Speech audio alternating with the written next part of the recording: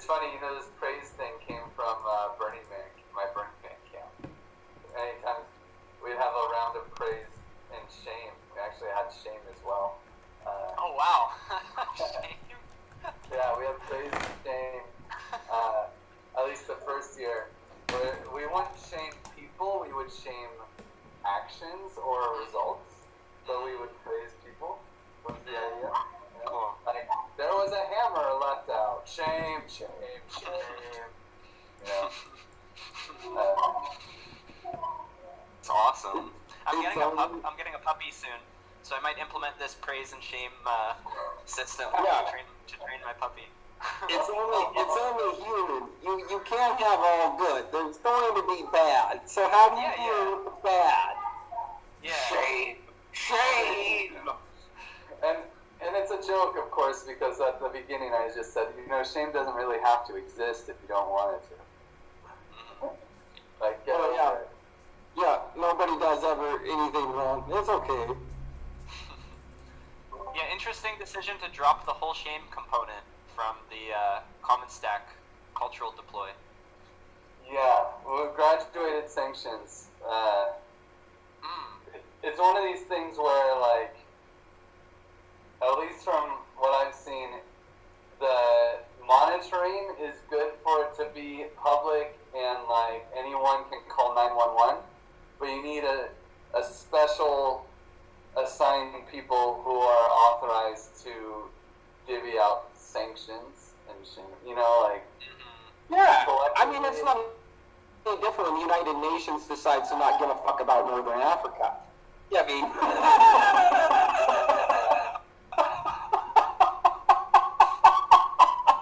Anyways, okay, where are we at here? Okay, this is cool. Dandelion voting, yes. Yes. So, let's get back on topic here, boys. Good idea. So we have we have some of these first. So we start with dandelion voting. I think that's cool. Maybe we can just like copy these. Well, I guess we could work in this, but like support required. What do we do to visualize support required? Okay, yeah. So I'm going to kind of reference this. I'm going to take a screenshot and just paste it in Notion here. Sorry, YGG, if you can increase the font size one more, would be even much better. Let's try that. Yeah, perfect. And that might give a better picture as well. And Tonga, if you can make sure the screen is only showing, I mean, none of us have our videos on, so if it's only showing his shared screen, that's cool. Yeah, it's recording the shared screen and the Discord, like the channels on the left. That's the only thing. I don't know how to do it. Like, you mean full screen, maybe? Yeah, like within Discord, you can make it show just like his screen. Okay, I just did. Yeah. Okay, so support required goes from 0 to 1. Okay, so how do you guys think we should visualize this? So let's think about a couple options here. I might bring up HVplot gallery. This might help. Here we go.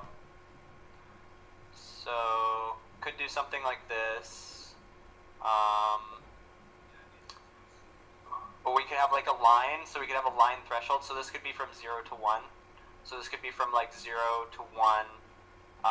So we could kind of visualize, remember we can always add a time dimension to things. So we could see, like there could, if we want 60%, there could just be a red line here. And then we could, well, as you move that slider, it's just going to move that red line up and down between 0 and 1. And then if we do use some CAD models for this, which we might do, so that's one thing we can do on this call is sort of think about to what extent we want to do a CAD model, because this stuff isn't very complex. I mean, some of these parameters are kind of like deterministic, like we can just, so like if we use this equation, right, then we just get, let me run this. so we can see what we're working with here. I don't think personally anything time related needs a CAD model. I think anything that has to do with majority will be fun. Now, whether or not that actually needs that kind of thing, I'm not even really sure myself. But I think anything time related, I don't really think we need it, personally. As long as we're setting something. Yeah. As long as we're setting a set time, I don't think we need it. Okay, I need to define H, which is a hatch. So I need to go like H. So for support required, I would say we could probably get away with just saying whatever they put in and not even visualizing almost anything. Maybe that kind of mix of support required and quorum. So something I think a tool we might want to use to visualize is it could almost be like you see a lot in the CAD stuff, the supply pools, or let's see, it's in the stock and flow diagrams, it's the stocks, and they're typically a cylinder. So we could basically represent that with simple like. Okay, so imagine this one, but it's just a flat line. So it's blue up to here, and as you move that slider, it just moves that it moves the blue line and the area under it that's blue from 0 up to 1. So it shows you this sort of threshold pool that needs to be filled. So it's very simple. It's actually just like you said, Griff. It's just visualizing the variable itself, but it gives this idea of fill like from 0 to 1. Okay, yeah, and it should probably be from 50%. 50%. Oh, nice.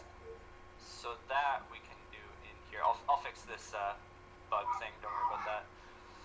So, but this is good. The bounds as we go through these bounds are really important. So we were talking about support required. So yeah, anytime we can constrain these bounds, that's going to help a lot.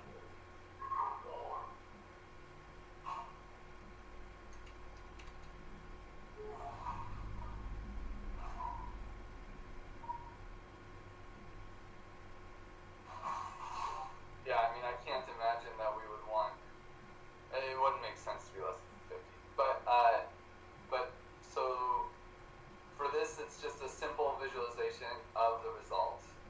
I think there might be some sort of interaction with main acceptance quorum. Like we could visualize like how many people, something along the lines of like, okay, if we have a percentage of token, like there could be a graph or something that puts quorum and support required together. Yeah. Because like if this many people vote yes, this many people vote no, does it pass? You know, like these sort of scenarios. He's absolutely right. We need something to show for the common man, the layman, that we did this. You know what I mean? We at least did this. There's this thing. And there's this graph that shows there's this. And everything from that. Yeah, so I think it would be cool to do something like this where we have minimum quorum and we have the support required, and we should get a colored threshold of where that's going to pass and where it's not going to pass, like a boundary space. Exactly. So for anyone normal, you know, because for the normie, for instance, you know, because the token engineering, you know, yeah, we're hanging on the trusted seed, but for anyone else that jumps into this for later on, whatever, you're creating a model that is easy to exemplify. So that's a big deal. So yeah.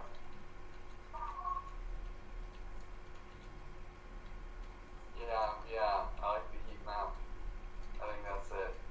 Because I think there's only two inputs. There's people that vote yes and people that vote no. Although, actually, you know what? Now that I think about it, I think in dandelion voting, they do not have no votes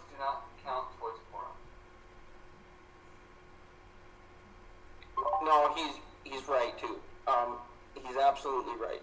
A no vote doesn't mean a vote at all. It depends on what they actually vote for. So that's a hard line too.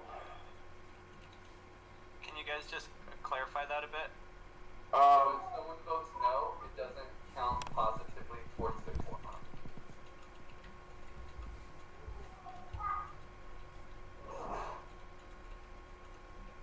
It helps with making sure we have hatches.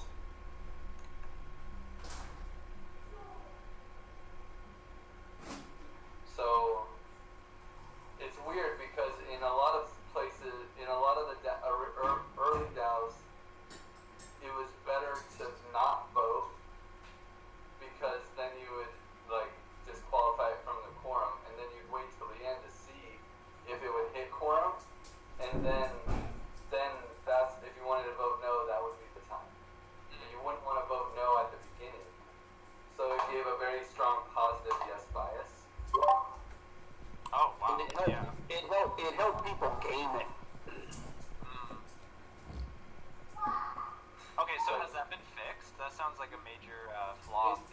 In dandelion voting, it is fixed, and I think also in disputable voting, it is fixed. It's not fixed in regular voting, like the default Aragon voting. It's still that way, and the vote counts towards me.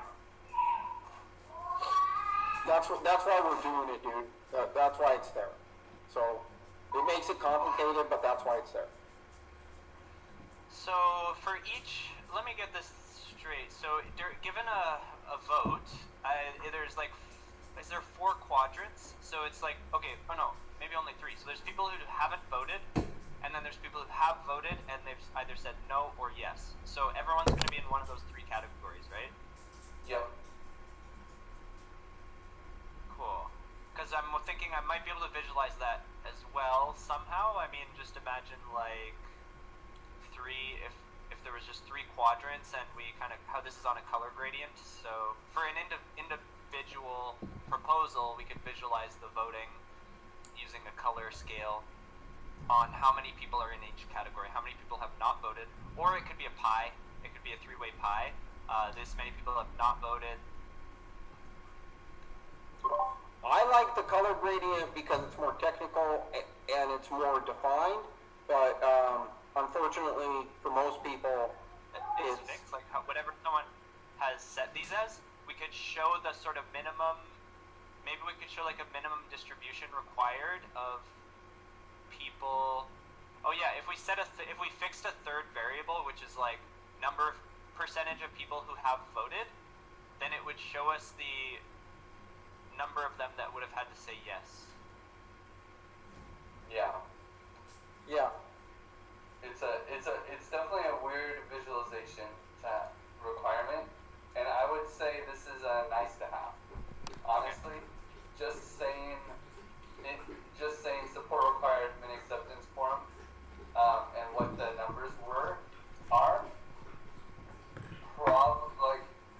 or what it could be simplified as is percentage of people that have to vote yes, for something to pass, Yeah. and just that be a number. You Like, mean- minimum percentage of people who have to vote yes for something to pass? Yeah. That could be the only important thing that someone needs to see. Percentage of the total, right? Yeah, the percentage of the tokens.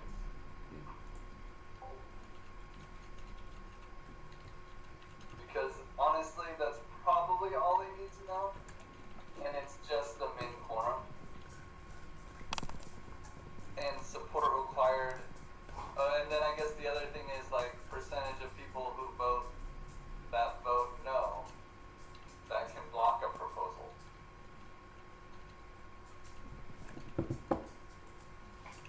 I mean, that one is from the people that vote or from all the people?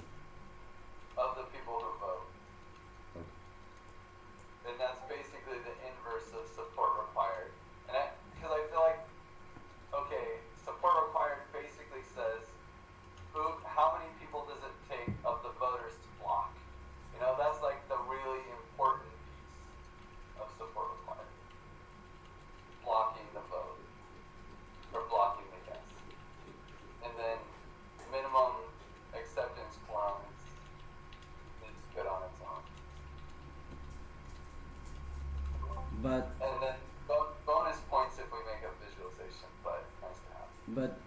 if it is from the people who vote, there might be more people that vote.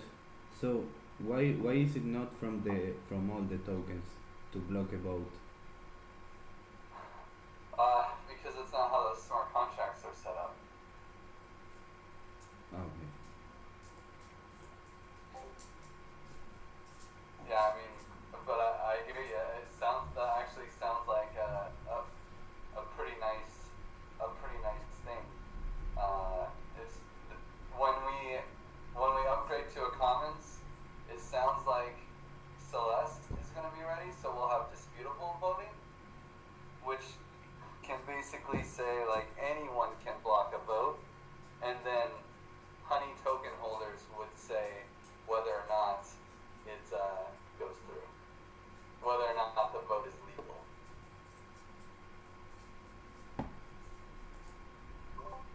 But we'll talk about that some more time. Yeah, because we're not trying to define all those specifics. We're just trying to define the parameters right now so we can move forward in automating the CAD. What do you think, YGG, on this paragraph that you just wrote out? Like, do you feel like that pretty much sums it up, or? Yeah, I think we'll get something nice out of that. Yeah, this, I don't know who wrote this, but it's good too. This is like really good. So we have, will you make sure and link me to this? yeah, I just posted in the OneHive, TE Okay. OneHive. Perfect. Okay, thank you. Yep.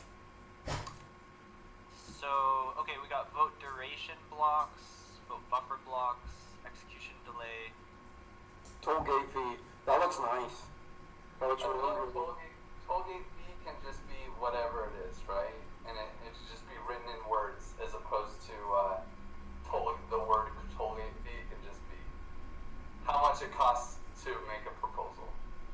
I don't like that. I'd rather it stay as tollgate fee because we already have the forum with tollgate and everything else, right? Or are you just looking at defining?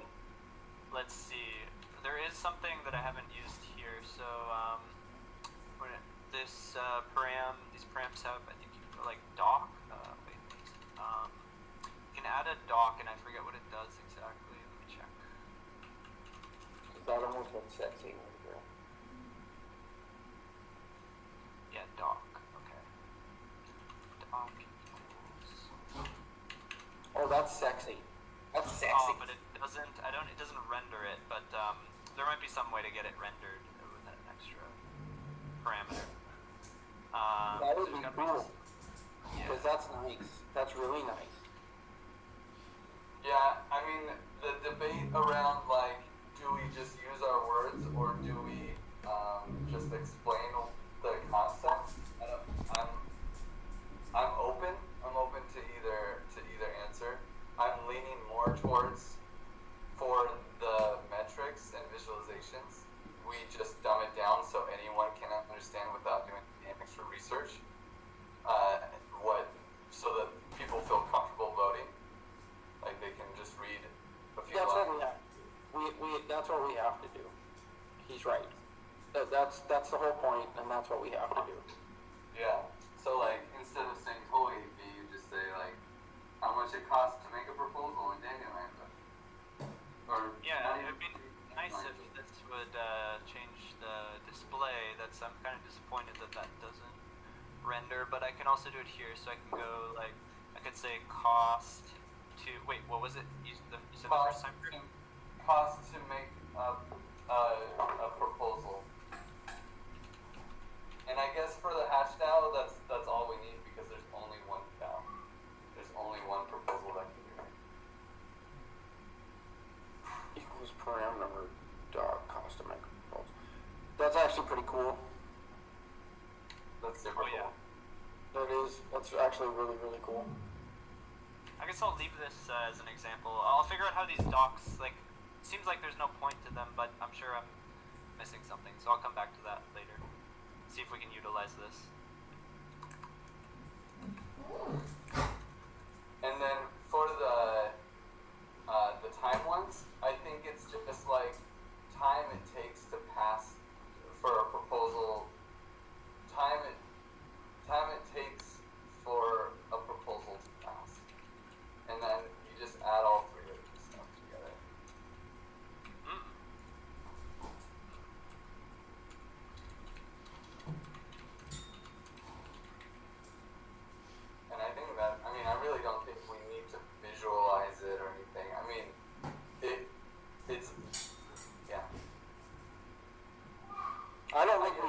here too, because I honestly think that some of these we can use the forum for. We don't need actual models for. I think we can just put it to a vote, and I don't think that'll be too much of a problem. Well, we need people to be able to propose the parameters as a set. So what we need is like the real, like a TLDR on what did this guy just propose, you know, and like. You know, okay, yeah, absolutely. Yeah, we do.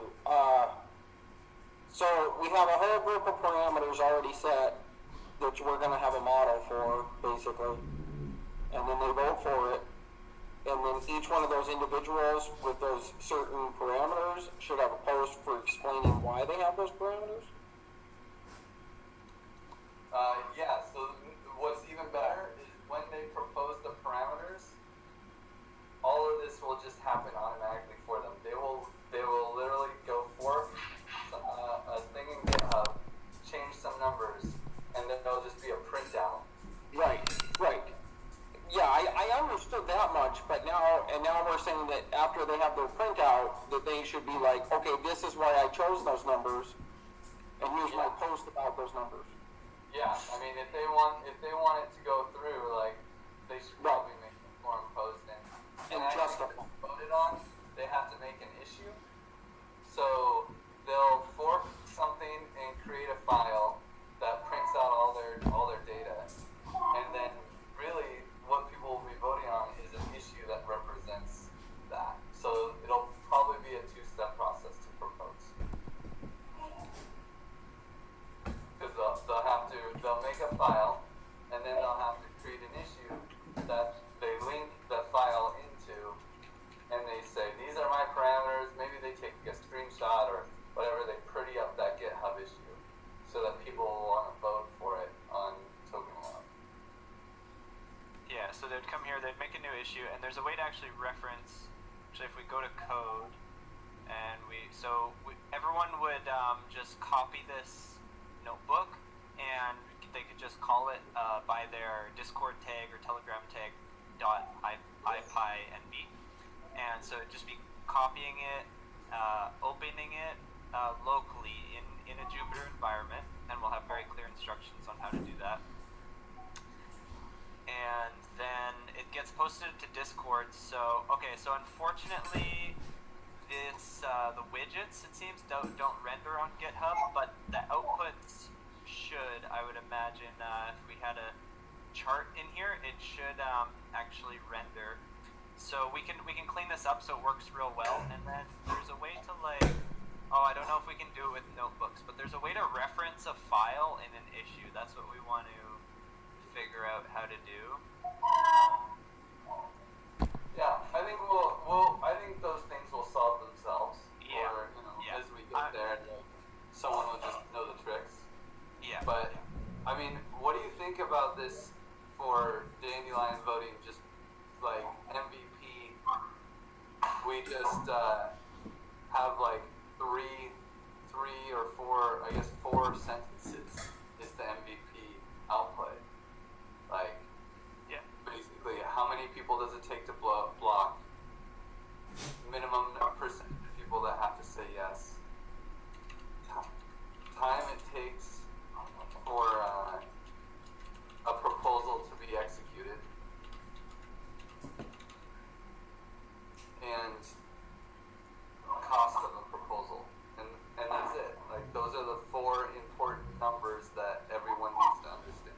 4 important factors people need to understand about Dandelion voting. I guess, and voting time itself should be its own thing.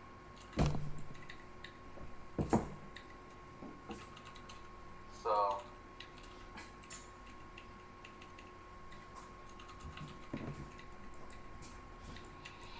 and the first 2 are like the blocking is important, right? So it's like percentage of percentage of people that have to vote no to block a proposal of the people who vote. Yeah, that's good. That's so intuitive. like even if in the smart contract is the other way, like it is this way, maybe for a visualization it would be cool to also know what percentage is that from all the people. Maybe, I don't know. Yeah, so like percentage of people who vote no over percentage of people who vote, like a little graph. Mm-hmm. Or over But total tokens, or total, I don't know. I think to me seems more over total tokens, but I'm not. yeah, I see 3 variables. Well, yeah, like percentage of people who vote and number of people who vote, number of tokens that vote no, and then number of tokens total.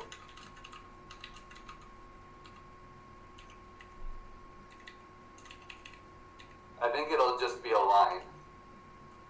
Yeah. Which is fine. Like, it's a nice, simple visualization. Yeah, that one's pretty cool. So I'll play with that one in the meantime. So the idea, I think, is I like the way we're going with all this, and it's kind of it's a map for the lab, basically. So from now until next week's lab, I'm gonna like go through all this and play around with it, and then in the lab, it should all be we should have clean visualization, or like we should have outputs ready. By the end of the lab, we should have the notebook ready to copy. People can copy it, and I like what you did here, Griff. This kind of MVP, right? So it's like, yeah, that's one way to have the output. Is just like there's only 4 things here, so people can just explain why they picked them.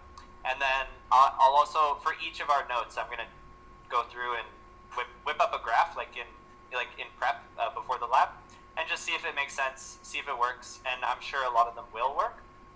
So then we'll have a good set of visualizations ready to accompany, even if the final output is something so simple like this, like just simply write a paragraph explaining, why. Well, the nice thing is this paragraph should be auto-generated. It's like the people need to pick numbers, and then this paragraph just gets auto-generated. Yeah. Bullet point list. That's awesome. So I got 3 here. So I was missing one at the beginning. So I got percentage of people that have to vote no to blocker proposal. The first one is probably minimum percentage of total tokens that have to vote yes. Yep. Okay. And then, so what percent? Yeah, I'm trying to summarize it at the top. Oh, nice. Percentage of total tokens that have to vote yes for it to pass.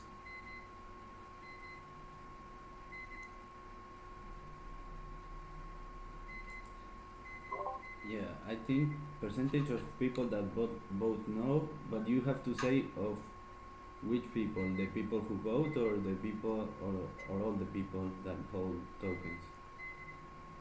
Yeah. I don't know which one are you choosing there in the last paragraph.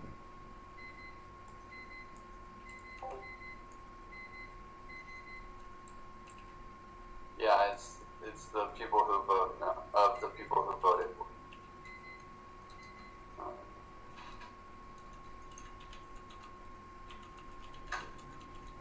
Cost to make a proposal, and then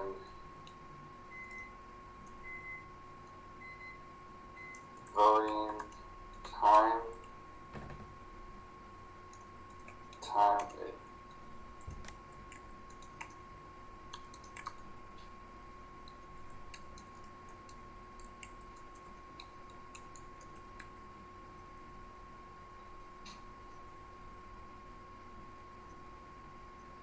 And these might change, but I think these are a good first crack at it. And it might just be voting time and vote execution delay. Like, it might even just be those 2 variables, because the total time it takes for cautious too that we're only talking about the first part of the hatch. Yeah. We're not talking about anything to do with the second. So all we need to do is clarify the first part of the hatch. That's it. Yeah, exactly.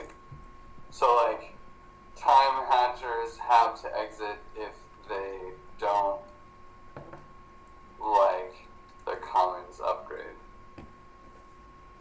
Like a vote.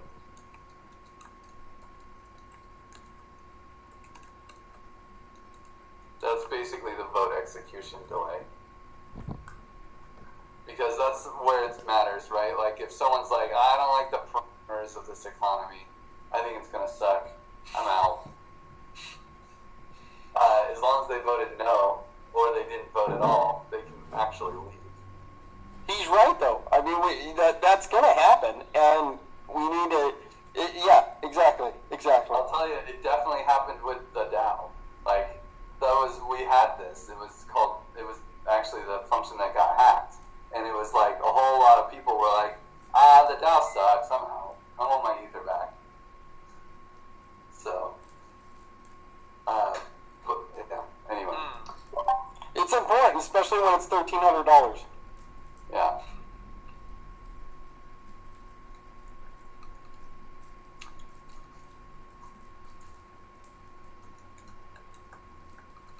Okay, so I feel like these 5 outputs, just as simple sentences, that are like, formatted to be loud, that would be enough.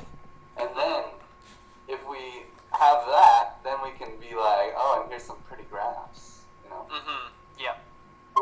Because those pretty graphs are going to incorporate, those pretty graphs are going to be on top of token log. So that's a lot. And we also got to remember him, because we're working on some other things there too. And this all works for both of your individual proposals, but we don't. Listen, I want to have everything we need to have, but we also can't have too much. Yeah, well, the graphs shouldn't complicate things at all, because whether you're voting on simple parameter selections and then you throw the graphs in, it's the same. It's going to be the same process for token log, because it's all going to be referencing per file by an issue. So it doesn't matter what's in the file. It can be graphs. I mean, that's the thing about Jupyter Notebooks. It's a single file, but it can have graphs and everything, and so it doesn't add any complexity. Okay, thank you. It only adds beauty. Yeah, and fun. And fun, yeah. It'll And be science. fun. Oh, and everybody, this is really, really cool, because this is going to be awesome. Yeah. Yeah. It's going to be pretty amazing. People can be like, visualize what their DAO is going to do, I mean, that's... Dude, nobody's done this. And with Yeah. token log and what it is, and regardless, that's been a issue for 3 years. So this is really, really cool. Yeah. So I have one question. So actually two. So this time for voting on a proposal, what does that map to here? That maps to just vote duration straight. Okay, awesome. And then time hatchers have to exit. That's just vote execution delay. Okay. And we're not even going to show vote buffer blocks with these 2 questions, unless we want to add a third or something, like total time it takes, or I don't vote buffer blocks. I just don't think it's that valuable for us, for our purposes. Right. Now, so if we leave that one out, we still have to, in the end, we all have to decide it as a community. Yeah. So I guess that's what you're saying, Jake. These can fall back to the forum posts if they don't really, because there's already a forum post on this parameter, right? So that can be, we can just, it just has to be acknowledged somewhere to the community that says, even if it's just in the fine print or whatever, by the way, we left out this one parameter, and see the forum post. You're right. No, you're right, man. I guess we should have a question for it. You're right. It doesn't make sense. Yeah, we're going to have answers for all of it, one way or another. I mean, we want to make it as simple as possible, but we also have to be very clear about what we're doing. Because we're just trying to automate this voting process. We're trying to make it as simple as possible. So we're going to need everybody on board. Even though we're moving ahead here and we're doing something that's kind of technocratic, but we're doing it for a purpose of everyone. I hope that makes sense. Well, we're using our technology. We're using this crazy cutting-edge technology to actually make it less technocratic by allowing people to vote on the results. So we just need a simpler term for vote buffer blocks if we're going to keep it in here. I would say maximum number of votes that can happen per year. Yeah, I wrote it in 7. Cool. I'm like 83% sure that that's what that means. But honestly, we need to talk to one of the OneHive devs to confirm. Oh, yeah. But I'm pretty sure from what I could read on the code and what Tamara got out of it, we kind of worked through to that. But yeah, well, we'd have to confirm because Sam kind of thought it meant something different. So would you divide the number of blocks in a year by this number? Yeah, exactly. Because basically, and there's a debate on whether or not it's also plus the total time. So it's either buffer blocks plus the total proposal time, and you can only do one vote ever at a time, or it's proposal vote. It's like the buffer is the staggering time. We just have to confirm.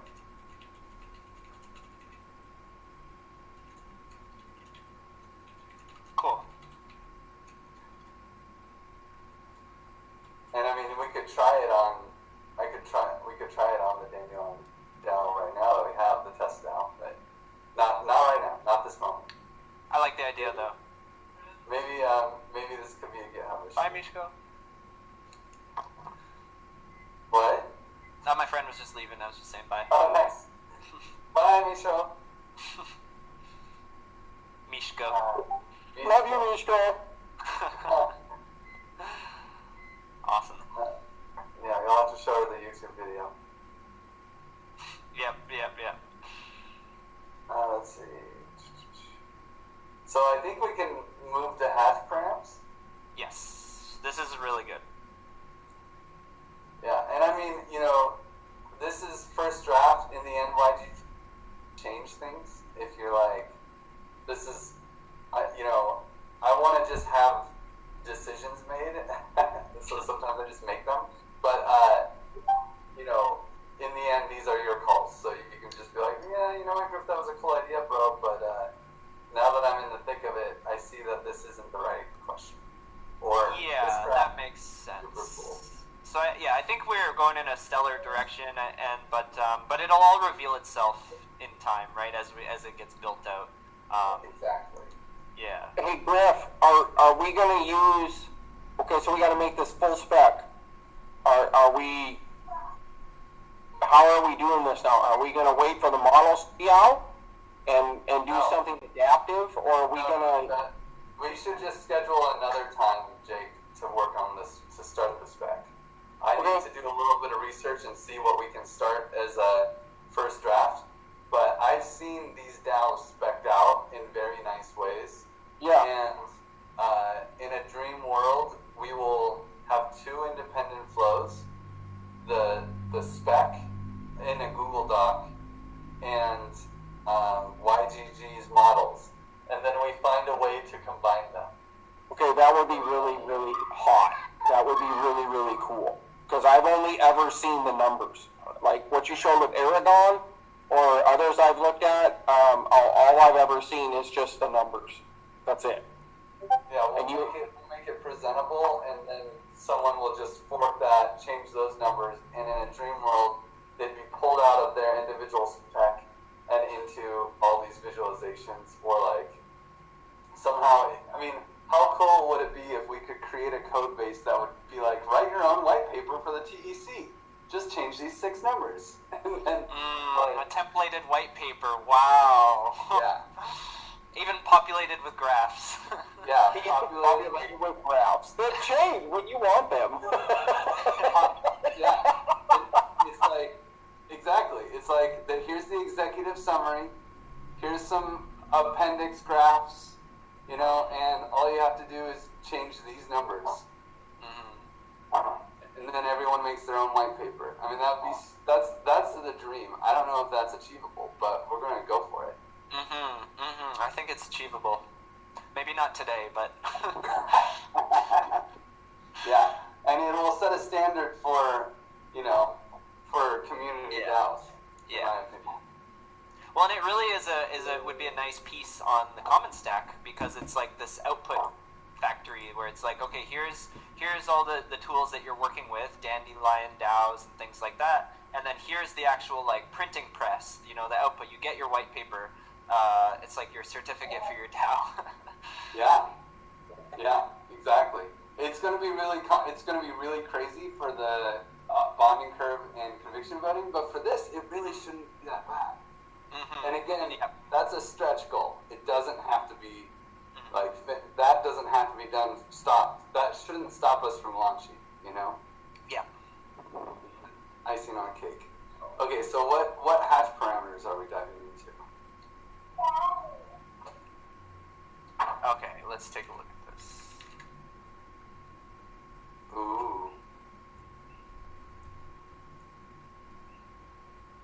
Oh yeah, this is a really, oh man, oh god, YGG, this is so nice. It really is, because, you know, I forget about the assumptions we have to make sometimes. Like, we have to make assumptions in the hash, right? Like,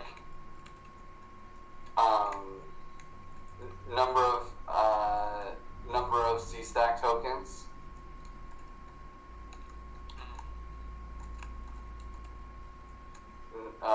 number of impact hours.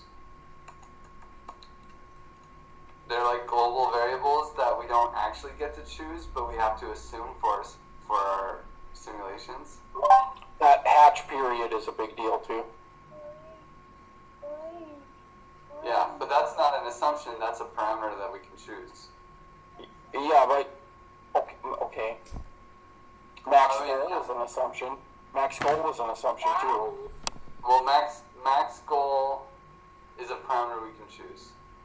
But total C-stack tokens and total impact hours are kind of chosen for us, but they affect the outcomes.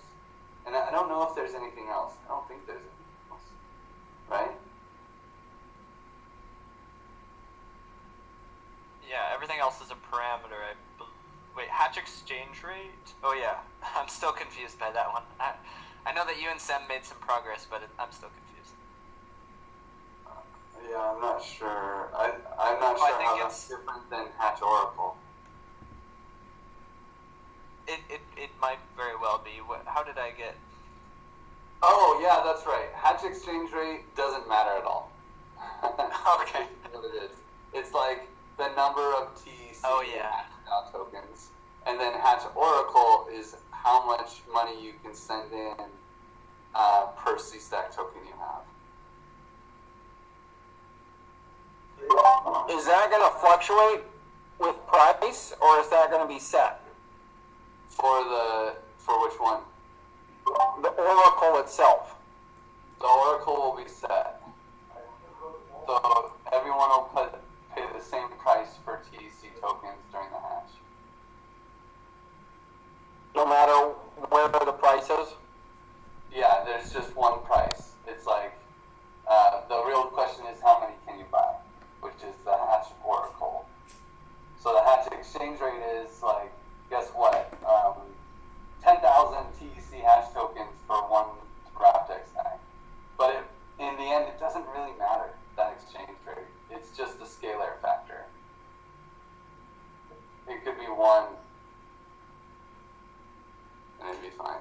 the charts, no matter how you tweak this parameter, the charts are going to look exactly the same. It's just their scales will shift.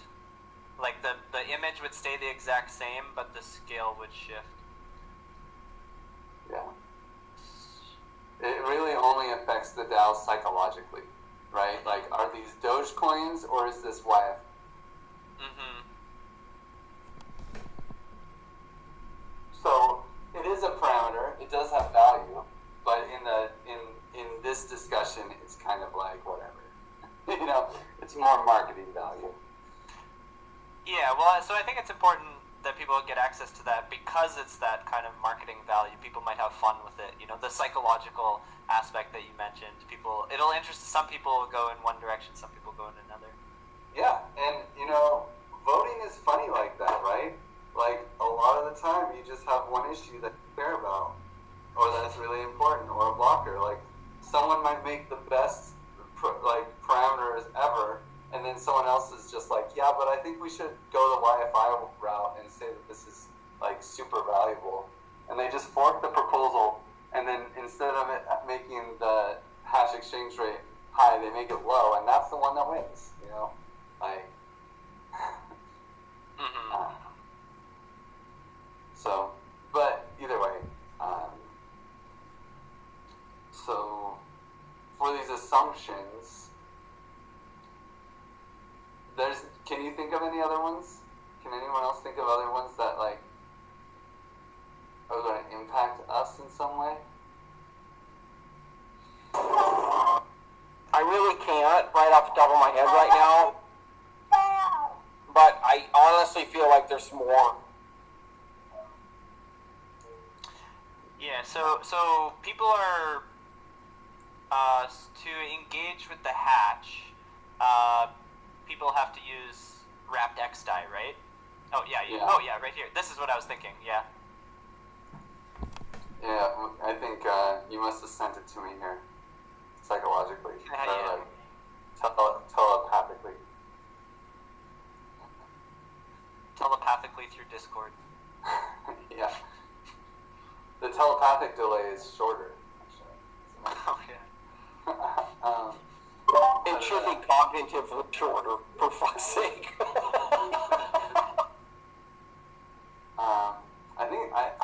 I mean, if we're pulling that out, then I think we have.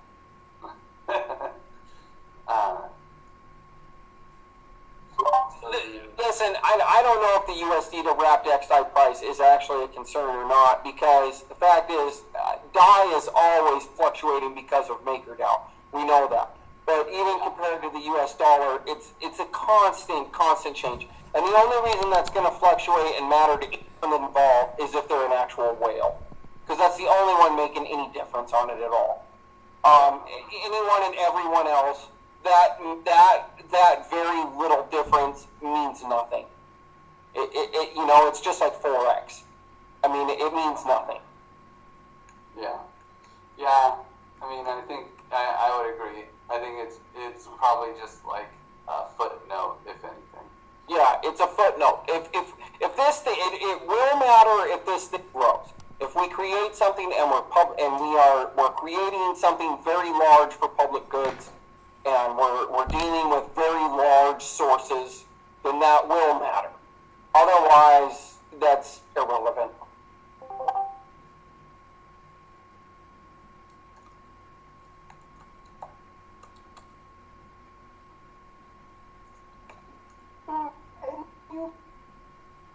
Oh, hey, Kevin. Queuing. Any new plans? I haven't heard of anything new. Nope, just same old, you know. Yeah. You know, the only thing I know about e-currency is like Bitcoin. That's all I know, so... man...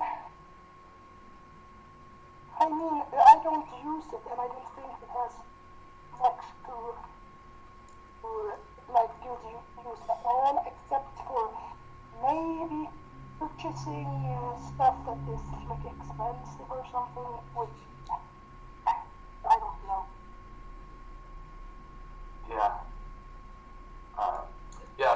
Keon, just to get you up to date, we are going through, this is kind of a work session, and we are going through some pretty crazy technical stuff that we want to make it really easy to explain to people. So it's going to be pretty high level, so just a warning. I hope that's cool, man. I don't know how much you'll be able to participate, honestly. Well, I cannot do it now because it's really late, and online class is gonna start in like 2 days. Man, it's horrible. I haven't been there. Nice. Well, it's okay, Keon. So we're just gonna dive back in, though. Okay, man. Yeah. So, what do you think about this YGG? Should we just make everyone have the same assumptions for impact hours and C-stack tokens? Let's see. So we got number of C-stack tokens, number of impact hours. Yes, I just want to jump in. Yes, everyone has to be the same right here. For this initial part of the hatch, because we're just trying to get this started, we need less friction. We need the least amount of friction possible. We want this to just work. We want everything to just go, and we need something successful. Yes, everything needs to just be the same. That's my opinion. And so I like that, Jake. One step up from there are these, Griff, these are the models you made, so people could have a choice, like a binary choice, of how they think the impact hours are going to go. Like, this is the predicted, and this is the optimistic, so it could be just like a drop down, and we could actually render this chart, and it could switch between, depending on which toggle they choose. Interesting. Yeah, so we could have like effectively like a range point. Yeah. It could even be a slider like between these kind of two projected points, or it could be like just a binary toggle. Interesting. But it would be cool. That's very, very interesting. Really hot. So if it's a slider, you could actually see this chart bend between these two outcomes. Yeah. What do you think, Griff? I don't know. I think we have to let YGG figure this out in the thick of it. But I'm definitely gonna go with the bending curve then. Oh yeah. Okay. Yeah, because that will really not be hard to implement, and it'll be almost the same as having a fixed value, but it'll add some fun, cool, like interactivity to it. So how would you list those default assumptions then? Like, what do you say? Would you make a max and a min for both of these? So like, because that visualization was for impact hours. Yeah, that's just for impact hours. And the other assumption was total C-stack tokens, which I am totally not. I have no idea how C-stack tokens work really, so I would take your. I can give you the range for both of these. I mean, that's the question. Would it be like a range and like predicted? Yep, I would have it. What I would have it look like is I like these terms like predicted or sort of current. I would name these outcomes. So I would say predicted based on current trajectory or optimistic trajectory, and maybe some explaining as to. I think this is optimistic because we don't want to sort of grow our impact hours exponentially like this. Yeah, definitely. And then, so there'll be two assumptions. So there'll be like you could have the pessimistic C-stack token number and the optimistic impact hours, or you could have the predicted plus optimistic, or you'll basically be able to have 6 different. Is it 6? 4. 4? Okay, so you're only saying optimistic and predicted, not pessimistic. We could do pessimistic, yeah. Or it seems like the predicted should be in the middle of a I very much with that predicted, we're either going to follow that bottom line or just a bit above. We have to be careful about gaining traction too soon. You know what I mean? We don't want anything. We want everybody to have something stable, is what I'm getting at. You know, the stability is far better than anything. What would be parabolic. Yeah. We want something stable.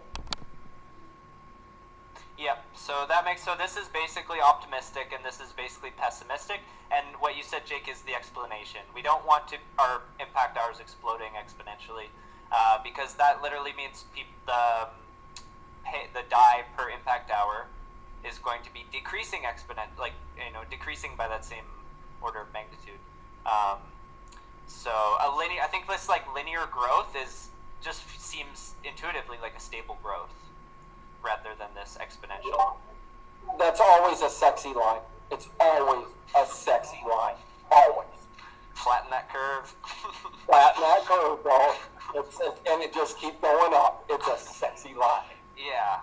That is what we all want. I think that's sort of an ideal economy, is slow, stable growth. Yeah, and it's during Christmas we had very few impact hours. Those 2 weeks. So that set us on the optimistic path. Yay. But we will see in this next round if that continues. Work is definitely kicking back up. So. Mm-hmm. Okay, so what do you think? Do we do like optimistic, pessimistic, or just predicted?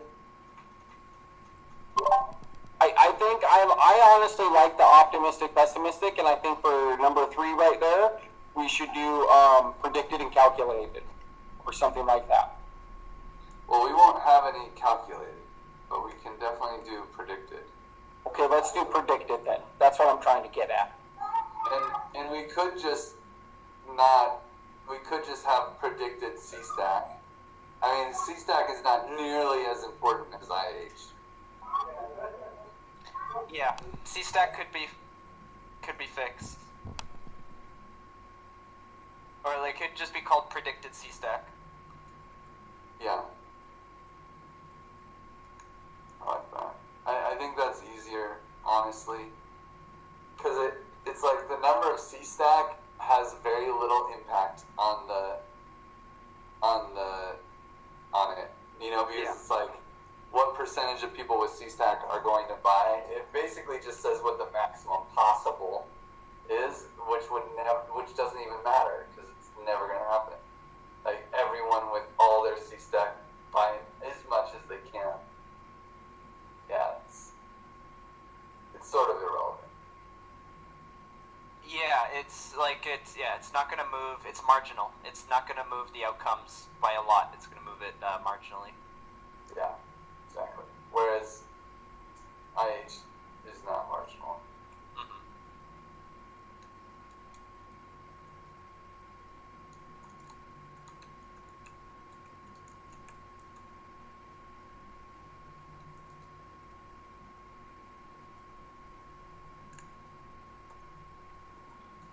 I'll just say 1.5 mil for now.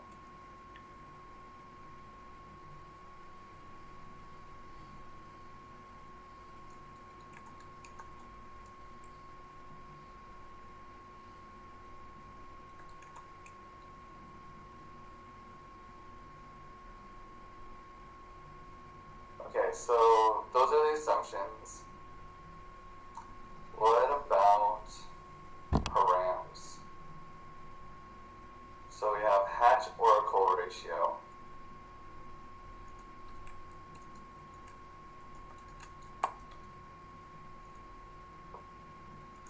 I don't know if that interacts so much, but it seems like one of the outputs for that would be like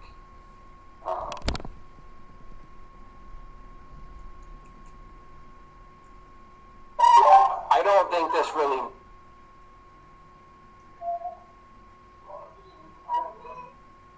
Because we're just talking about the C-stack ratio, right? yeah. don't really think this matters. Because if we're going to have a set price, this doesn't really matter as much. They don't have to actually see something for this until there's actually something to see. Well, Okay, so my understanding of this hatch oracle ratio or C-stack ratio is like, if you have one C-stack token, then you're allowed to buy this many TEC tokens. But I don't think that's right. yeah. It's not how many tech tokens, how much data you can put in. So, but it seems like such a small amount. So, well, for this one it is because we said we don't want to raise too much money for the test. Okay. Yes. So like you had to have 200 X die or 200 C stack to send one wrapped X die. Because on purpose. Okay, so then when we do this whole exercise and we have people vote on parameters, I imagine that we're talking about the real hatch that we want people to vote. Okay. So these numbers are going to be completely different than what we see here. Oh God, yeah. Yes. Okay. Yeah, we hope so. We hope they're just just gigantic. This is just trying to get us there. Okay. I do think it's valuable to like test our our outputs here against what really happened in the hatch, in this test hatch. So using the test hatch numbers gives us like a test case, but it's kind of a silly test. I also really want to see the human element. I also want to see what people will gravitate towards. That's why, the token log voting, all of this done. I just want to also see what people do, so we can move forward with seeing what we need to work on and everything. Yeah. It's going to get everyone thinking. It's going to get everyone engaged. And it might even reveal, like, there's more benefits than just trying to find the best parameters to go with. Like, it might even reveal confusion. If everyone sort of messes up one parameter and puts it, like, way off the charts, then maybe we'll realize, this wasn't, this wasn't explained, or people had the wrong idea. Well, when more people actually understand a bonding curve, and they see what can actually be done if we have an actual hatch that's successful, like, we gotta be really careful with people, like, not getting carried away. They need to understand how these things actually work. So it's that's why. I mean, it's way better to have 3 to 5% increase all the time compared to 75% in the next 2 days. Yeah. You know what I'm saying? Yeah. We need people to actually understand why that's important for the long term. Yeah. Okay, so then I think this hatch oracle ratio is important. It's quite important because it represents the maximum raise possible, doesn't it? Hatch raise? When you multiply it by the total C-stack tokens. Yes, it does. There is the max goal could be set to infinite, and then the hatch oracle ratio would be the actual max. But the max goal is a variable that is going to be there. So people could put in a cap that's lower than the total number of C-stack. And this can be greater than 1, right? This could be 10 or 100. Oh, yeah. I'm sure it will be. I would imagine, I imagine it'll be, like, I think the easiest answer is, right? For every C-stack token you have, you can send one wrapped X die into it. Right. And I think we're going to gravitate towards something close to that. Yeah. Because right now there's 700 C-stack. If we have 1.5 million C-stack by the end of it, then that would basically be a cap of 1.5 mil. And maybe people are like, no, for every C-stack you can send 3 wrapped X die. I think that'd be totally possible and fine.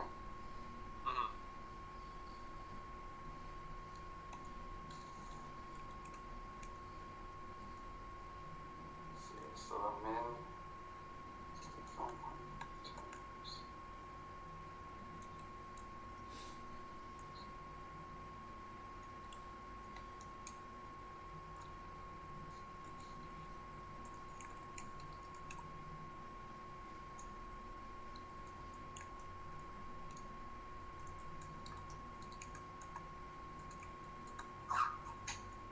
So yeah, I sort of see like the hatch oracle ratio, just a simple fill in the blank.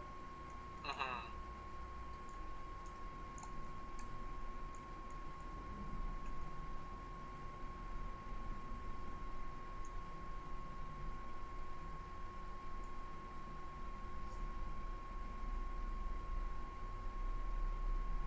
Min goal. Ooh, min goal's a good one. I think we need to talk about that one. Yeah. So I know this one keeps coming up as a ideal sort of visualization, and so because we visualized this in the lab like last month, but we just made this simple. It didn't really mean anything. We made a direct line from min goal to max goal, which is like almost approaching something that would make sense, but we might be able to do something a lot more interesting here. So what are the sort of questions that we want to answer or insights that we want to pull out in regards to min goal? We have some of these, so this can even relate to impact hours. It's like, do we want a sort of ratio on our impact hours? Do we want like an effectiveness of our impact hours that we see in the curve that you and Sam came up with, like this raise per impact hours and how that relates to min goal? Or what's the sort of justification that we want to invoke in people when they're thinking about this min goal parameter? Yeah, I mean definitely I think the min goal. You know, the real question. I'm starting to fall in love with this idea of like answering. What questions are we answering, right? Like, and I think the min goal will have an effect on a lot of things. Like, if we hit our min goal, what is the minimum number of impact hour? What's the minimum impact hour rate possible? What's the maximum cultural build tribute possible? What happens if we raise 1 million X die, right? Well, if the min goal is above 1 million, we fail. Yeah. You know, and like having these scenarios. Can we stop being so like extrapolating in result? Let's like, what do we do? Listen, if we have 3 proposals that are successful out of 7, and we're using those 3 to define impact hour, or are we using all 7? I mean, that's where I'm at. Like, what are we actually trying to do? Like, if those 3 proposals that succeeded are substantial to the TEC, as far as, you know, the purpose of what we're doing, as actually engaging public goods. Like, literally, this is the TEC. We're doing it. But we have 4 of it, you know, failed. We didn't get anything close. Like, and those suppliers, those trusted seed members get back all their C-Stack tokens. And we only have 3 that made it. Does that all still apply? You know? Like, how do impact hours, you know, I mean, is it each individual proposal, or is it the whole thing during a month? Or is it, you know, like, that is an answer. So when do impact hours actually impact? Is it for that set series of proposals during that time period? Like, we don't have anything about, okay, this next month you can have proposals, and this line of proposals will be affected by this line of impact hours. I don't understand what you mean, Jake. Like, Okay. what do you mean? Okay. What are you talking about? Can you define the proposal? Can I? I'm going to jump in with a clarification, and it might help set up Jake. Can you guys remind me exactly? So when we do this raise with the hatch, and I know Griff has explained this to me 100 times, but what does that raise, does it go to the cultural build and the funding pool, or is that on the bonding curve later? Yeah, so there is a cultural build tribute and an optional initial hatch tribute. And then there will be when you do the commons upgrade, there will be an optional extra hatch tribute on top of that first one. So this first hatch tribute could be set to 0. What it really affects is how much people can redeem. And there's I actually have a really nice formula for this that I checked with Sam because I wasn't sure exactly how those two would interact, like the cultural build tribute and let me just grab Is every individual proposal separate from each other within the TEC? which proposals? No, I mean like each one. Give an example of a proposal. Okay, you have Hypnosis versus Sean's CAD. Well, those won't come out until after the hatch, and they're all separate. I know, but this is just moving forward. I'm okay. Forget it. I don't need to be getting ahead of myself. So forget it. Sorry, man. No, I wasn't sure what you meant by proposals. So there's also like the dandelion down proposals. There's like, yeah. No, it's just there's this big loop, like there's this big giant gap right there, and it's okay. It doesn't matter until the second part, so we'll just wait. Yeah. But so don't proposals start going through after the hatch? The proposals, the only proposal that will happen after the hatch, well, I mean, technically you can do any proposal, the DAO could do any proposal, but the hatch, we're launching in 2 parts. So the first part is, we decided the parameters for the hatch. The second part is that hatch, the people who participate get to vote to upgrade to conviction voting and bonding curves. And then proposals actually can start passing for funding public goods. But at least that's the dream. In the end, it's a DAO, so they could just be like, nah, fuck it, we like Mulek, that's good enough, and we don't need a bonding curve at all. Okay, I'm really sorry. I shouldn't have asked anything. We need to get back on track here. Okay, so we're working with parameters and we're trying to clarify specifics so we can work towards you building models and us individually building tech spec. Okay, sorry. No, there's some clarification that came out of that. I'm glad we went down that little detour, but I agree. Yeah. Let's get back to it. Okay, what parameter are we working on? Oh, so we were talking about min hatch and max Yes. hatch. Yes. And impact hours and all these things. I think we should have, I kind of put a list up there of like scenarios. Cool. And it's like, for each of these scenarios, we kind of would ask a question. If we raise 100K, what happens? Oh, the funds are returned. Because it doesn't pass the min hatch goal. And, or like this, here's the impact hour rate.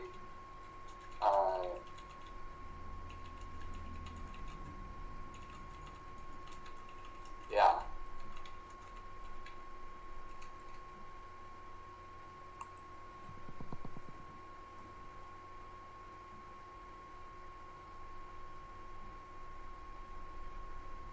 I like it. Yeah, something like that. Let's do that too.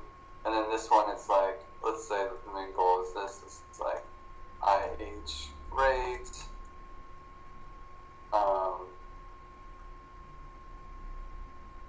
Cultural build tribute. Cool.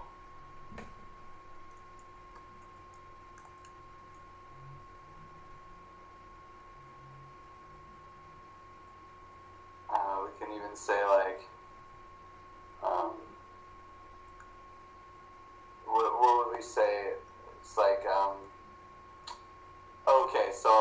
kind of just, I pasted something at the bottom here that kind of explains the details around the experience of a hatcher.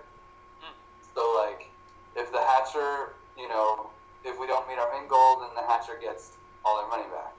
But that's scenario one. I'll just put one there. And then scenario two is it's not really a scenario. It's the hatch tribute. The pre-hatch tribute, we'll call it.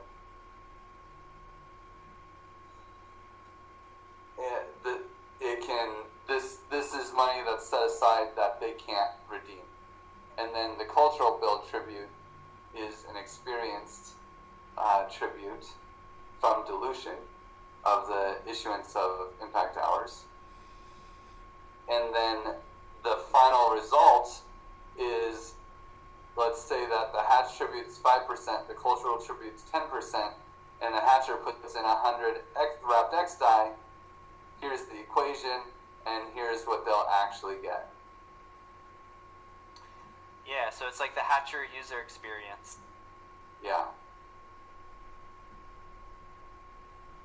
So that could be kind of a bonus thing. Like, people are picking all their parameters, they're setting up the hatch, and then at the very end, we could basically have one more set of these that's like, now what do you choose to do? How much are you investing?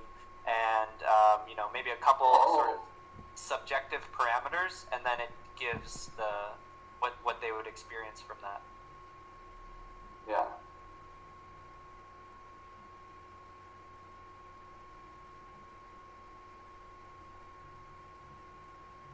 Let's say maybe percentage.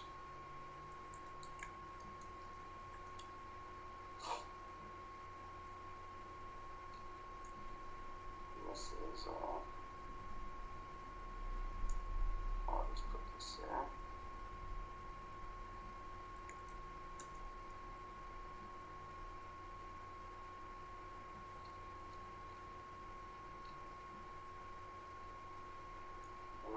Maybe I'll tab this in. Maybe this should be like scenarios, and it should be its own little section. Cool.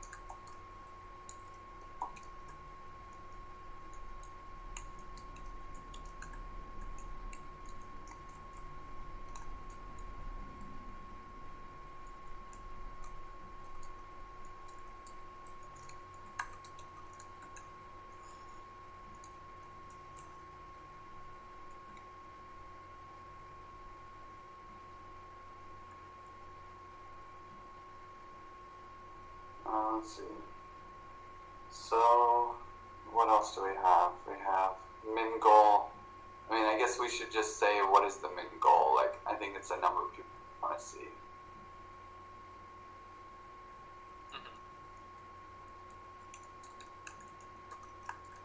Oh, and that's probably a scenario too, right? Like, what happens if we reach the min goal? That is a very much a scenario, and that's probably a scenario we're going to deal with a lot in the very beginning. Yeah.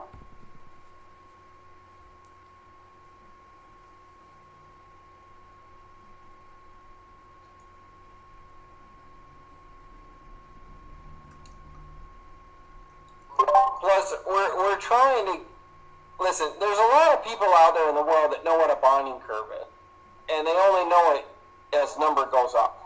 And we're trying to use it as a point of stability.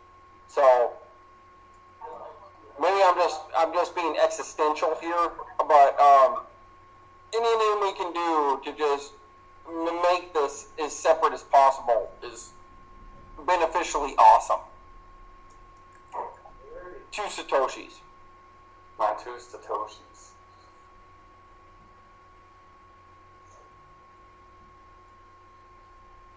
Yeah, so this is important to consider, is that the trajectory is this 2-stage hatch, and so this initial hatch is the purpose of this is not to raise all the funds, right? The purpose of this is just to essentially create the dandelion DAO. It does raise all of the funds. At least the starting funds. Not forever, right? After that, then we have the exit tribute that brings funds. But after the upgrade, the hatch tribute is sort of expected to be like a pretty big funding stream. But isn't the bonding curve coming after the hatch? Yes, it does come after the hatch, but we use the money that's in the DAO to initialize the bonding curve. Yeah, it comes after, dude. We're using it. I don't know how to say this. I really don't. But like diving board, you know, it jump into the pool. I hope that makes sense. Yeah. I hope that makes. So when we have our min and max goals from the initial hatch, those carry, like, because my understanding of the bonding curve is it's an opportunity to raise funds for the community. So we get the reserve pool and we get the funding pool. So that's the real raise that we're trying to do. Now, do these min and max goals carry over into the bonding curve? Yes. So, well, the min and max goals don't necessarily carry over, but the money that's put into the money that is put into the DAO. Okay. And so a percentage of it goes to initialize the bonding curve. A percentage of it goes to initialize conviction building. And then so I'm just trying to, I know that I'm getting a bit ahead of myself now, but so to play this out, so it's possible that let's say we raise $500,000 from this hatch, and then we initiate the bonding curve. It's possible that if people consume that token, so if people are buying the TEC token off of the bonding curve, then that's putting it's possible we raise another $500,000 or another even $10 million or so from the bonding curve. Oh, absolutely. But that and it will just experience a different tax level, right? Like a different tribute level. So like the hash tribute is generally like maybe it'll be like 30%, because what's cool when you initialize the bonding curve, the slippage is so intense that you can play with what I call the market cap illusion, where like let's say we raise $500,000, right? And let's just say we have the most basic bonding curve ever, where every token is worth 1 penny more than the last token. That's it, right? So like the first token is a penny, the second token is 2, third token's 3 pennies. If you want to buy the first 4 tokens, you have to pay 1 plus 2 plus 3 plus 4, 10 cents. Right? And wait till you get to $1 million. You know, that's why the market cap is such a big deal. Like, this is why this thing is so incredible.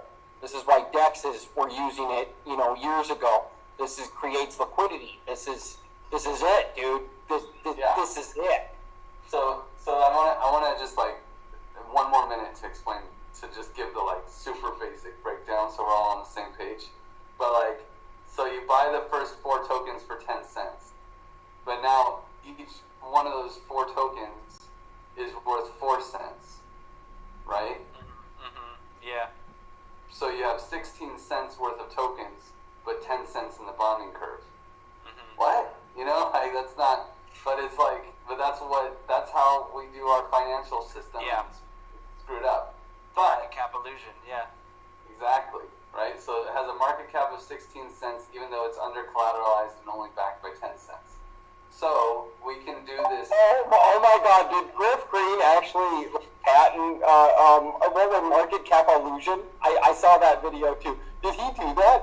Was he the first to say market cap illusion? Okay, I'm sorry. Go ahead. I've never heard of it. Well, I think it's fucking evil financial magic that there's not a term for this. You know. Well, that's what you're describing is exactly why there's giant market crashes, because that it's reality. People have to face reality at some point, and everyone thinks that they have $1 billion and they can cash it out anytime. But it's absolutely not that, because if you put slippage into the equation, then it would be a fraction of that, and so everyone has this illusion. Yeah, that was I'm sorry, Sean. That was the most beautiful thing because Bezos isn't liquid. He doesn't have billions of dollars. Yeah. None of them do. None of them do. None of them do. Yep. Exactly. But we can use this for charity. So now we have this bonding curve. We have this money in the hash DAO. Let's say that we have $1 million in the hash DAO. And we put 50-50. We just split it 50-50. 500K goes to the bonding curve, and 500K goes to conviction voting.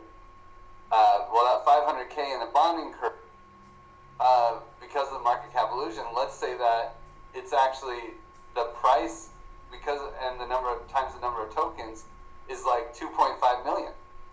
So they put in $1 million, and they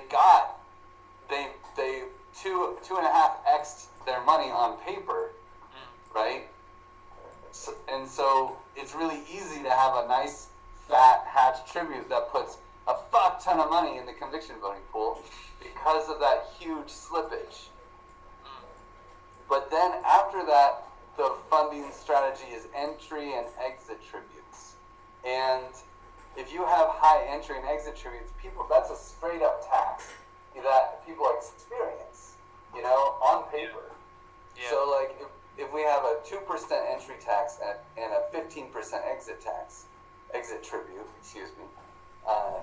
then we all of a sudden, it's like you put in $1 and you're automatically lose 17%. It's a harder sell. So I expect to get, just off my, assumptions, I expect that we will get a lot more money from the hatch tribute than we will from the exit tributes. And entry tributes. So yeah. Wait, that last sentence didn't make sense, because you said we'll get a lot more from the hatch tribute than the exit tributes and entry. But those are the same things, aren't they? No. So the entry tribute is experienced after the second launch, by not the hatchers, but by anyone who wants to buy into the bonding curve. So let's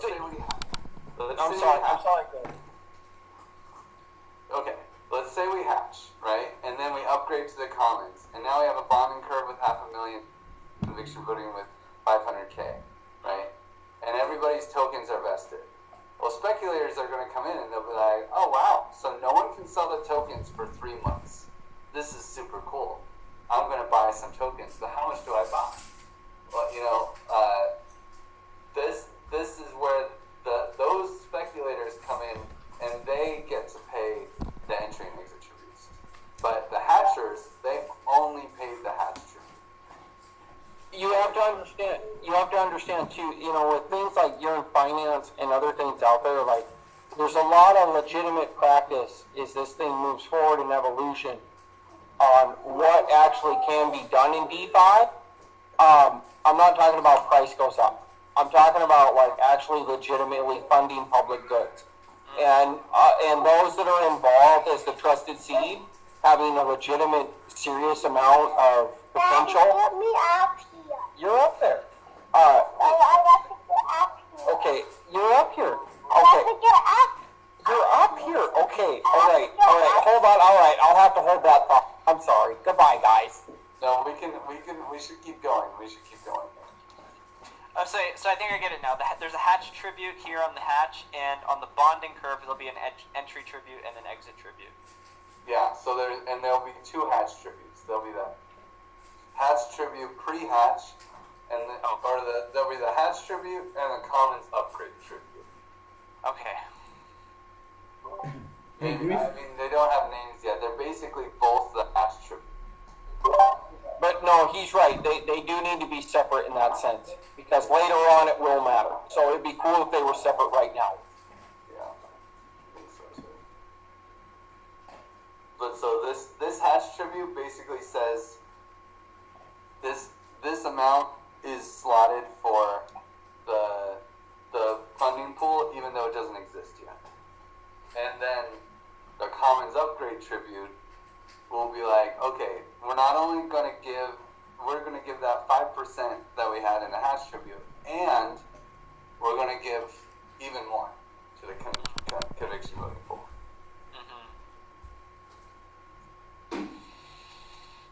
Okay. So where were we? Well, we're on min goal, and we're also talking scenarios.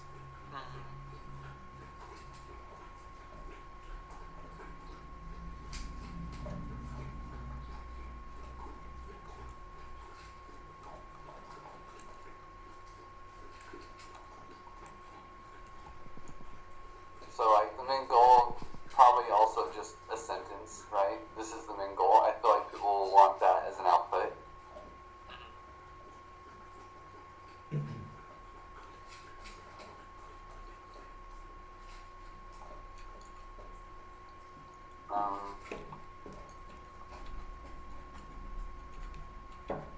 For max goal, we can kind of say what is the maximum that can be reached.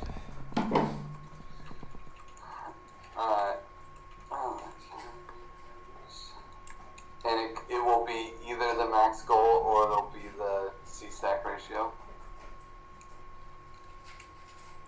Or it'll be determined by. So it's like determined by either the max goal or the C-stack ratio.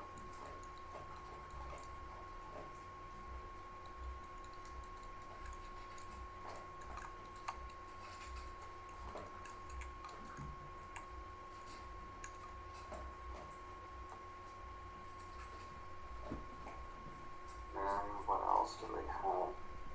Hatched period.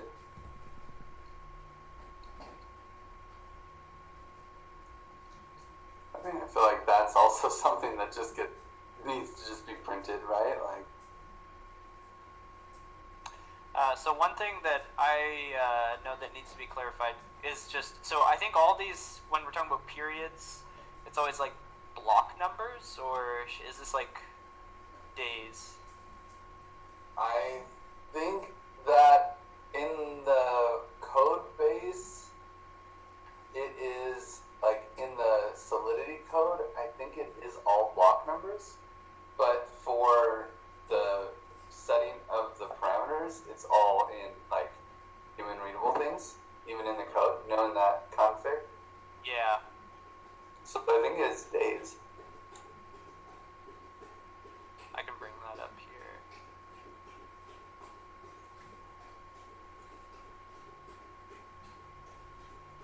What was that param called again? It is hash period. Yep, 15 days. Yeah. This is a nice thing to have up. Yeah.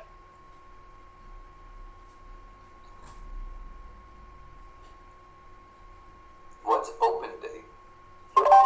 I see this is in GitHub. This isn't. Will you share the link for this? Yep.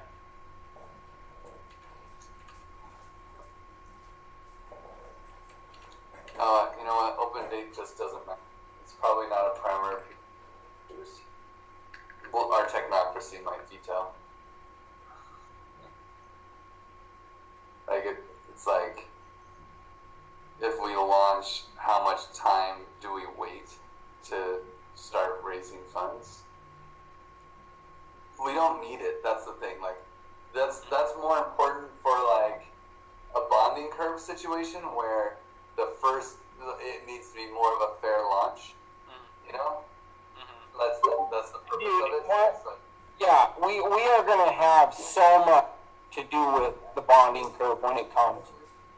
Yeah. Yeah. Like, yeah, it's just gonna be such a giant thing. So, and a Let's very, we really don't need this in this case, I think. Yeah, No. we can need it because it's the same price for everyone for the whole 15 days or whatever the hash Right. period is. So it's not like the devs get an extra. It's not like someone's gonna sit there with a bot to front run the transaction. You know, like which is the purpose of the open. exactly, why anybody would actually try and game it. So that's really, yeah, get rid of it. Ooh, look at all these bounds. Ooh,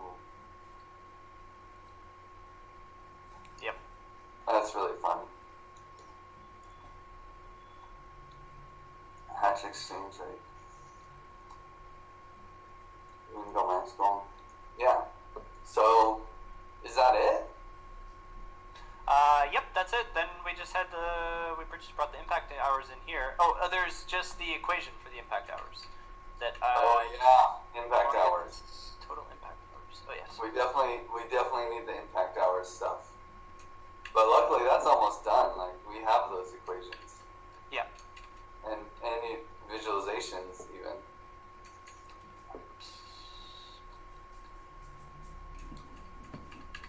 Okay. Oh wow, look at that. Boom, done. So yeah, it'll be cool. So we have this, and we can play with what I showed you guys, the different outcomes on the impact hours, like between optimistic and pessimistic.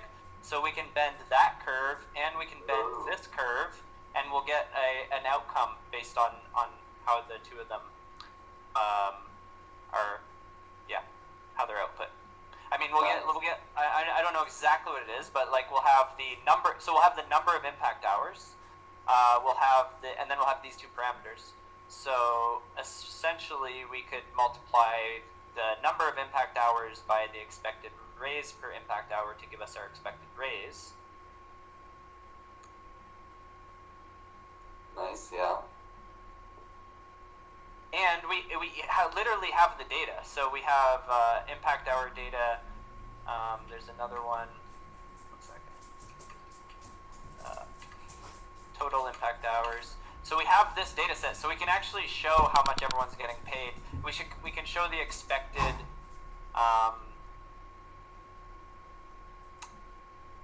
Like given the expected raise. Oh my god. We can say Sam gets this much. Yeah. This much. YGG gets that much. Under these different conditions. Yeah. That's crazy. That's awesome. That's actually really, really awesome because it creates incentive. It creates a reason for people to push forward. This is actually really, really cool. This is actually something we would utilize in the oil industry as well for safety points. Instead of individuals, we would use actual drilling rigs themselves because each individual represented that rig, the group of them. So you're actually using each person in the same manner. So that's actually really, really cool because I saw firsthand that worked. It worked. When we were on, whatever rig I was on that utilized the same mechanism, we competed. We all competed because it was extra money, and everybody wants more money. That's actually really, really cool to actually show it like that in a manner that's not popularity contest, but legitimate. That's awesome.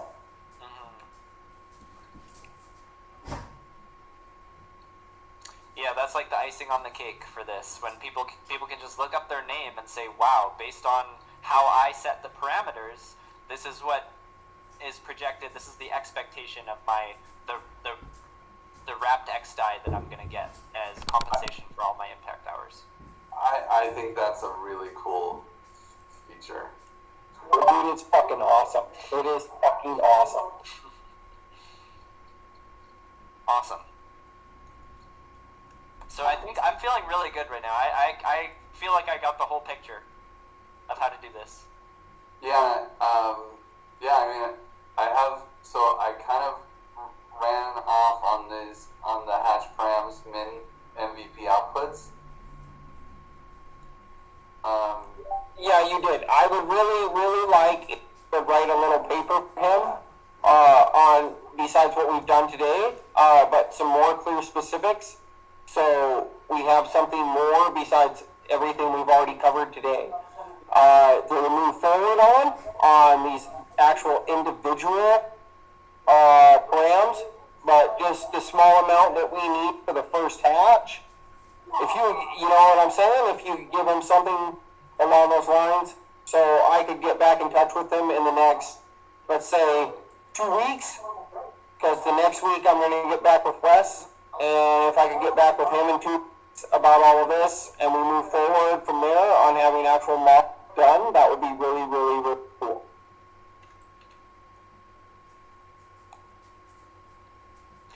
Yeah, that sounds good to me, Jake. I'm planning on iterating this, having basically a next version of this notebook that integrates these things, and sort of a rough draft for next Friday, and then in the lab we will bring all this to fruition. So we'll have by the end of the lab on Friday, we should have all of this as a template that people can go through, and maybe it'll need just a few touch-ups after that, but basically by the following week, I imagine that it should be ready for us to make sort of an announcement that people can engage with. Yes.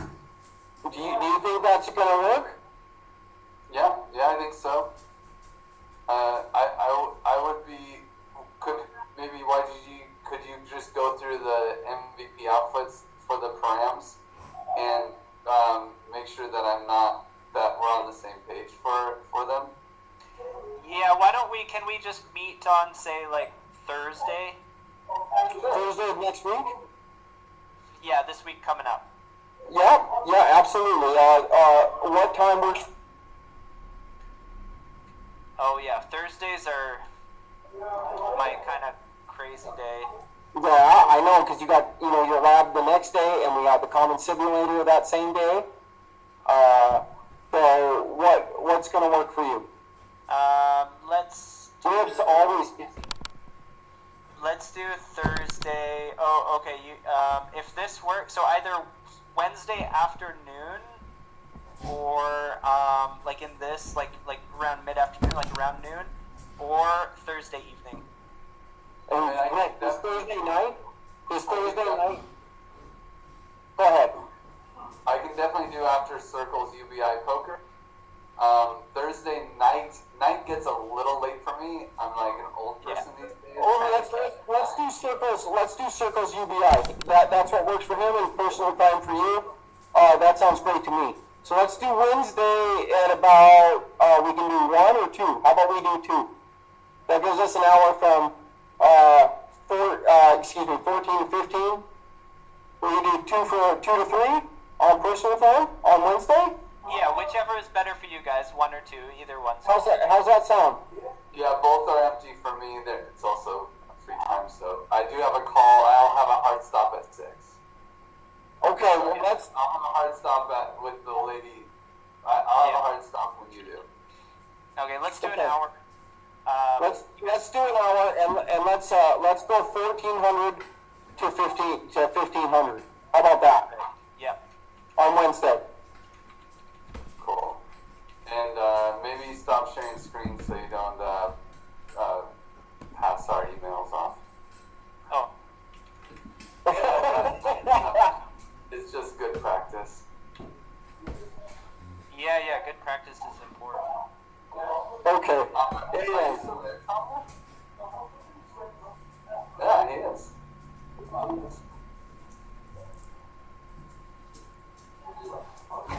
Okay. I guess. Yeah. No. Well then, magically, I wasn't even looking at the time, but I guess we are on time, huh? Yeah. Perfect. Look at that. Yeah. Yeah. That's cool, man. Cool.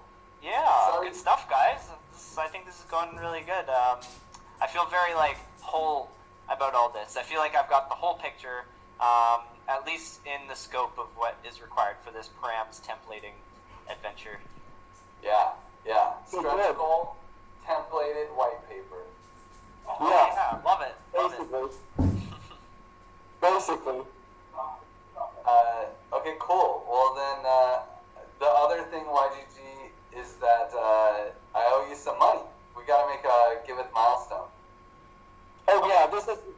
behind. This is actually an issue that's behind. So you two gotta hook up on this and get on. So I'd love to see this done because I don't like seeing issues stuck behind. Right on. Let's get it done. Yeah. Yo, so guys, do you I want was me going to say I can offer to stop? pay? We could offer to do the bureaucracy once, but I think it'd be good to get you the DAI so that you can put it into the crypto market. You know. Okay, I'm gonna leave now. This is a personal thing, and you know, YGG, hey, don't short this son of a bitch. Ask for more.